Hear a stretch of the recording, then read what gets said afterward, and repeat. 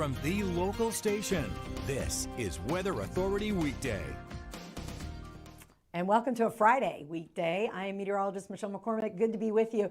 If you've been watching News4JAX Plus this morning from 10 o'clock through Jen's show and then Mel's show at 10:30, we've been talking about this dry, windy weather that we're having today, and the fact that the National Weather Service issued a red flag warning this morning that begins in an hour from now at noon. Now, what does that mean? So we have a graphic here that kind of explains where this fire weather warning is, and it's also a red flag warning, but it's mostly for Northeast Florida, a little bit of Ware County, a little bit of Charlton County and Southeast Georgia. Looks like Columbia County's out of it, as well as Gainesville. They're more to the west of this wind. So the blustery winds coming in out of the west, we've been feeling it all morning long. That wind chill's really been a factor, literally, this morning. But it also means it's so dry that relative humidity between 25 and even 30%, indicating that with the dry conditions, the westerly winds blowing and even increasing throughout the afternoon, forced the National Weather Service to consider, and they did fire off this red flag warning. So it means no burning. There's absolutely no reason for you to be out burning. We have a few wildfires that are mostly contained, but still providing some smoky incidents, like through Baker County, most specifically in Putnam County this morning near Interlachen.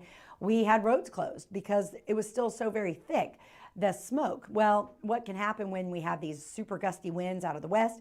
Well, blowing west to east, we could have these embers picked up, dropped somewhere else. We could have windy and smoky conditions along I-95 even, if that westerly wind carries these smoky embers with them. So just a few things we really need to be cautious about. And actually coming up later this half hour, I had the opportunity to speak to Ben Nelson, a meteorologist from the National Weather Service this morning, and he joins me via Zoom, and we'll have that for you in about 10 or so minutes. So you're gonna wanna stick around to hear what the experts have to say about the red flag warning as well. But this is why where there's so much concern about the fire, and it's because of the drought. And this drought meter, it's pretty colorful. Two main colors on here though. The golden color that covers most of our Southeast Georgia counties, most of our Northeast Florida counties. That's the severe drought. So if you recall, we've been talking about this since about, well, September 1st-ish, when our rain chances really diminished, and we watched no rain November in through the holidays, no rain. And this is really carried over into 2026, providing this extreme drought that we're in, and that's the areas in red. And it just happens to be those areas in red through Columbia County, through portions of Baker County, Union, Bradford, Alachua County, and portions of western Putnam County. These are where we're seeing these little fires pop up as well. And it only takes a spark, or it only takes a discarded lit cigarette, or it only takes fire in your backyard burning garbage or brush, if you will. Our brush is so dry, and we just had a freeze as well, making our landscaping even drier. So drought conditions are real. They persist. We don't see much of an end in sight, no significant rainfall. And that's what happened in 2025. We didn't have any tropical systems to help refurnish, if you will, or rebuild or refill the aquifers, and our water levels, table levels are really, really low. So Chris Holtzman, meteorologist Chris Holtzman, made this chart for us. And if you look at it closely, Jacksonville International Airport, where all our records are, deficit a foot, 12 inches from August 25th through February 1st. So today's the 6th. We're just about a week into February. And these numbers haven't really changed a lot, but ending February 1st, 2026, 8.8 inches. So in total, it's a pretty scary number of what we're deficit. And then looking at the whole state of Florida, we're not the only region suffering through here. Look south of Tampa, through Sarasota County. They're in the red as well. Central Florida is a little bit on the dry side through Orlando, but as you stretch out and stretch south, you definitely see the spread of the drought is real, even into southern parts of Florida, down towards the tip of the peninsula, even in extreme. And you would think portions of Alligator Alley, for example, wouldn't be in a deficit. The Everglades, if you will, are down there. So an interesting map overall of what we're seeing as far as drought conditions. But bringing it on closer to home, it's a beautiful day. You know, we had a little bit of rain and super cloudy conditions yesterday. The high of the day yesterday was overnight hours, and we barely made it out of the 40s throughout the afternoon, but cleared out, left behind some very nice sunny conditions, but super cold air this morning. So we did have a freeze warning from 3 a.m. to 9 a.m. It wasn't a hard freeze. It wasn't for a duration of time, but temperatures did hover between 27 and 32 degrees this morning, some spots. And now we're finally tipping into the 50s. The wind though, still blustery out of the west at 10 miles per hour. I'm going to show you a wind chart here in a second. So it feels like 52. Once we get out of the 40s, that wind chill isn't much of a factor. So here at the beach is still a little bit on the cooler side at 48, feeling like 43 with the winds out of the west, but the wind just whipping that flag there at the Morningstar Marina. Now the beaches, looks like we're probably going to have a high rip current risk throughout the next several days. There's also a small craft advisory in effect for boaters beginning this afternoon. So very dangerous seas, if you will. And honestly, not a lot of folks walking around the beaches. It's windy, it's cold. For a lot of people, if you do want to head out, make sure you bundle up still, because I mean, it's 48 at the beach. So that's still not warm, but it is. That's pretty much like our high yesterday, 52 degrees. We do expect to go up by about 5-10 more degrees today. And compared to yesterday in Waycross, we're 8 degrees warmer than we were this time yesterday, 5 degrees warmer at the airport than we were yesterday, 6 degrees warmer in McClenny. But the difference between today and yesterday is we still have the opportunity to heat up as the afternoon progresses. Now here's a look at those wind speeds. So this is sustained winds across the area, and wind speeds are 10 at the beaches, 13 at the airport, 11 in Green Cove Springs, 13 in Gainesville. But oh, there's the wind chill. I want to go by that one. Oh, I wanted to show you the gusts. Gusts are ranging anywhere between 15 and 25 miles per hour right now. But throughout the afternoon, we'll see temperatures, again, move into the low 60s. Just about everybody might tip into that mid 60s, 65, 66 range in our southern counties and maybe even inland. But otherwise, plenty of sunshine. So get out and enjoy it. Dogs love this weather too. All right, high temperatures today here. I'm saying upper 50s, low 60s out at the beaches. Seeing some mid 60s there, Green Cove, Orange Park along the river of Clay County. And then I wanted to show you, it's a big travel. People still traveling on the weekends, and we are seeing some warm spots across the country, much improved. I remember looking at this map probably 10 days ago and warning everybody about ice storms through Texas, up all the way into Minneapolis, where temperatures were in the negatives as they're high. So improved weather through here with the last cold front that came through, not really packing much of a cold front, if you will. It will affect temperatures going into the weekend for some folks, though. Here we have our evening temperatures, and we finally made our sunset into the 6 o'clock hour, 6:06-ish for tonight. So plenty of sunshine. We'll have about 10 hours total of sunshine, which you'll love. It makes us think we're closer to spring, and we are. We're just inching every day a little bit closer to spring, minute by minute. Mid 50s by 8 o'clock, and then 51 by 11. Temperatures overnight. So 42 for our low at Jacksonville International Airport, compared to where we were this morning, around 30, 31. So a little warmer as we go into your Saturday morning, and we'll bounce about 20 degrees between the morning and the high for your Saturday. Now Saturday, another dry cold front does push through our region. It's not bringing with it any rain, sadly, but it will drop our temperatures a bit going into Sunday morning. That's where that 37 is on the staggered 7-day forecast. So the 37 represents the overnight temperature from Saturday into Sunday. Could see some inland freeze watches, warnings be fired off over the next day or so. So we'll be keeping a quick eye on that for you. Again, it would be just a light freeze. It wouldn't require the whole pipe dripping. But of course, whenever temperatures get close to freezing, we need to alert you and let you know what to prepare for. And then, take a close look at the 7-day, folks. These are not typos. We have 70s back in the forecast, mid 70s, mid to upper 70s by Wednesday. What? I'll take it any day. Some break in the action here. Now our average is around 67 right now for the highs, average lows around 45. So pretty nice to see some 70s back in the forecast. Now, what we're not seeing on this 7-day, of course, is some much needed rain. Perhaps next weekend there is an opportunity for some rain. There's a big frontal system moving through. It looks like Thursday into Friday. It looks like a nice line of showers, but not necessarily for us. So we'll have to keep watching that. It's hard to say 7 days out, but one can hope. All right, folks, so we're going to take a quick break. And when we come back, a couple things. We're going to talk to Ben Nelson, meteorologist from the National Weather Service right here in Jacksonville. They do periodically throughout the year severe weather weeks. And this one ends today, and it just so happens to be fire safety. And it just so happens that they issued their red flag warning today. So Ben is going to walk us through what that means, how it affects you, and what that might look like for the future of our season, because folks, we aren't even in our driest season of the year yet. So that will come back just after this break. Stick around.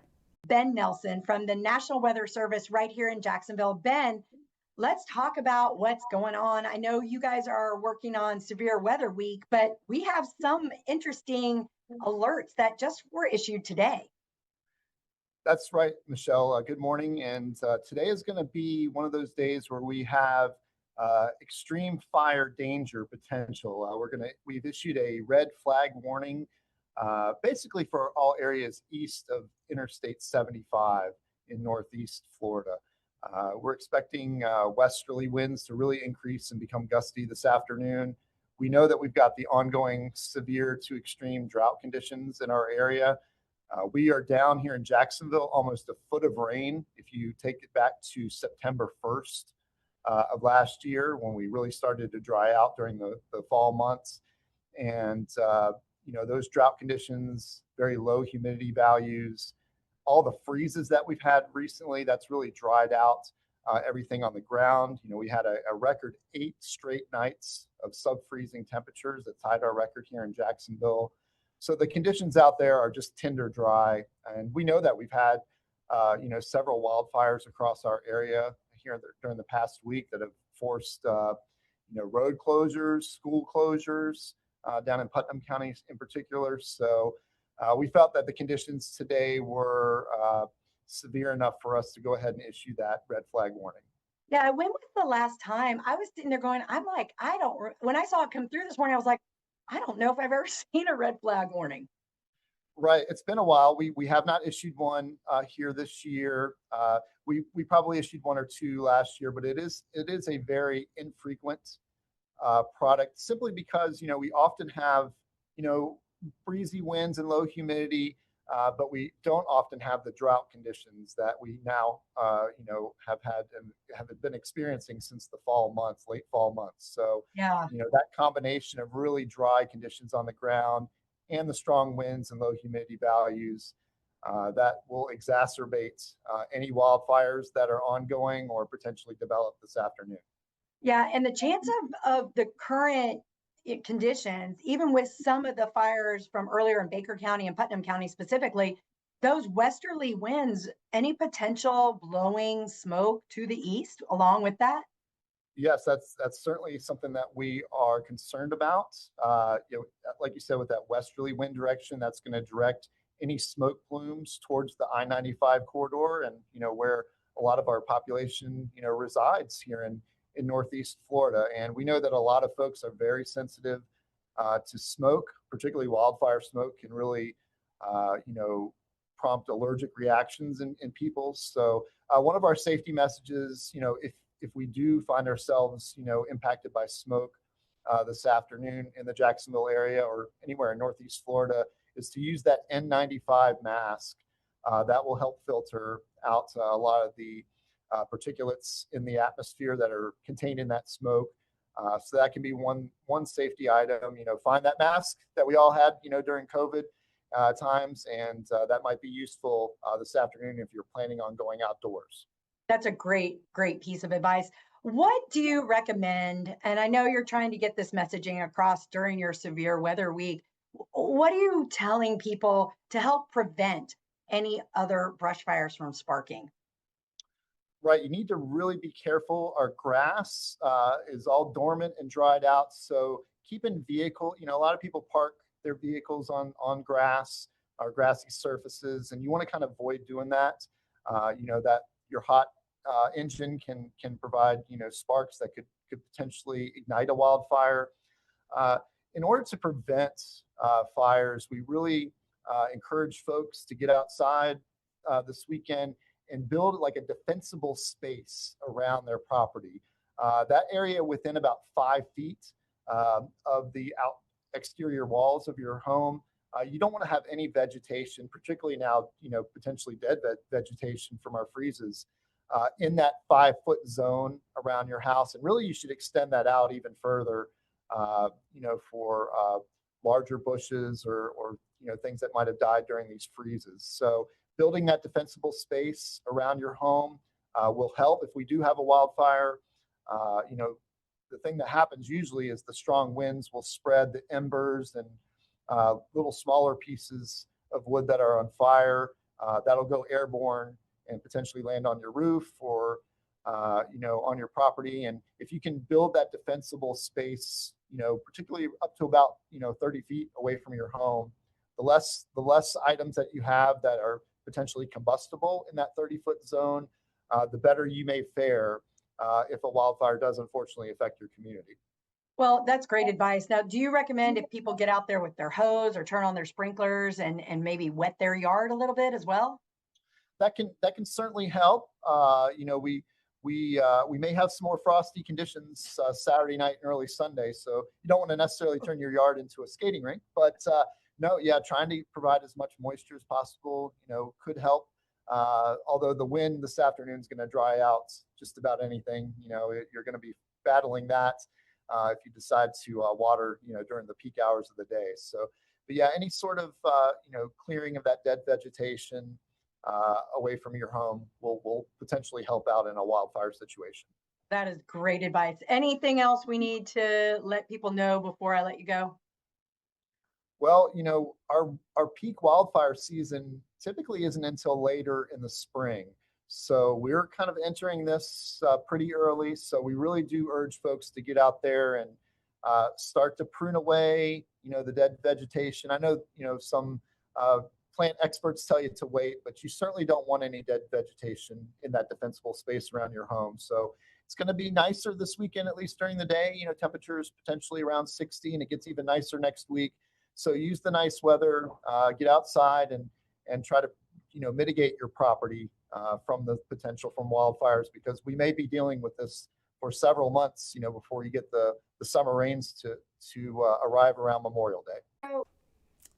So many thanks to meteorologist Ben Nelson from the National Weather Service right here in Jacksonville, talking about this red flag warning and the extreme dangers that we are going to experience today and even continuing beyond today if we can't get out of this drought. So I want to show the map again here of the red flag warning. It does include all the counties you see here basically in the pink, and it's parts of Ware County and Charlton County and Southeast Georgia. Most of our Northeast Florida counties, including, not including Columbia and Alachua County, but basically what the red flag warning indicates beginning at noon today, increasing winds out of the west, relative humidity dropping to 25 to 30%. Put those two factors together in addition to wildfires that have already sparked across our region through Baker County and Putnam County. These bring together a bad combination of fire hazards and very dangerous conditions. So no unnecessary burning. If you're a smoker, please never, first of all, never throw your lit cigarette butts out the window of your car, but specifically today, beyond. Let's not do it today. Let's not do it beyond today. Not a great day to sit by the fire pit. Maybe the winds will pick up those embers. Just takes one to set off a fire off a rooftop, like Ben was saying, or even nearby trees that are already experiencing that very dryness from the freeze that we had this past weekend. So once again, I want to show you the 7-day forecast because there's no rain in our next 7-day forecast. We do have the opportunity for cooling temperatures yet again Saturday night into Sunday behind a dry front, a dry cold front. So we could have some freezing conditions. He mentioned that as well going into Sunday morning. But beyond that, temperatures just warm up. So we're going to have warming trend, continued dry conditions, and winds that really stay out of the west for the next several days. So just be mindful of that and be mindful of unnecessary burning in your neighborhood. Okay. All right. So I want to change gears real quick here for you. Today is the opening ceremony of the Winter Olympics. I'm a huge Winter Olympics fan, and I really just wanted to share some weather details about Italy and the ski regions that are here and all the different venues that the Milan Cortina Games are offering for athletes from across the world right here in Italy. Now they are 6 hours ahead of us, so the time there now is 5:24 p.m. And this map, basically, this is from Baron, our software company. They put together these maps, and this kind of just shows where all the different venues are in northern Italy. So this is an area that I've never been to. I would love to ski and experience these resort towns up in this area. It's supposed to be just incredibly gorgeous. If you've watched any of the preliminary stuff leading into the Olympics, the mountains are just incredibly gorgeous. So they are expecting some snowfall, maybe up to an inch in some of these spots up in the Alps near the areas of Switzerland, and then future rainfall in some of the southern areas on the front side of the range. Here's just some of the current temperatures, just to kind of give you perspective. Temperatures here are almost warmer than they are there. Look at that. Caitlin, check out some of those temperatures right there. European time. Nope, there you go. I'm like looking at them. They're like really tiny. But I mean, some of the mountains are like in the 50s and 28, and it's 5:25 on a Friday afternoon, Friday evening, 37 degrees. That was warmer than what we had this morning. But future temperatures are going to stay pretty nice for these athletes throughout the next several days, throughout the weekend. You know, I love the Olympics. Caitlin and I were just in here talking about it. Future radar doesn't show a lot of opportunity for more snowfall over the next several days, just some clearing skies and some pretty nice conditions for the Olympics. And tonight is the opening ceremony. Actually, it's at 2 o'clock this afternoon Eastern time because they are 6 hours ahead of us. But that's about all I have for you today for the Weather Authority weekday show. I really appreciate you tuning in and learning about what the weather is like here along our coast and what's happening in Italy and areas beyond. So thank you so much. We'll be coming back with you for full weather again at noon, and then Richard will be back with you this afternoon. Make it a great day. See why every day more people are choosing News4JAX, Northeast Florida and South Georgia's #1 source for local news.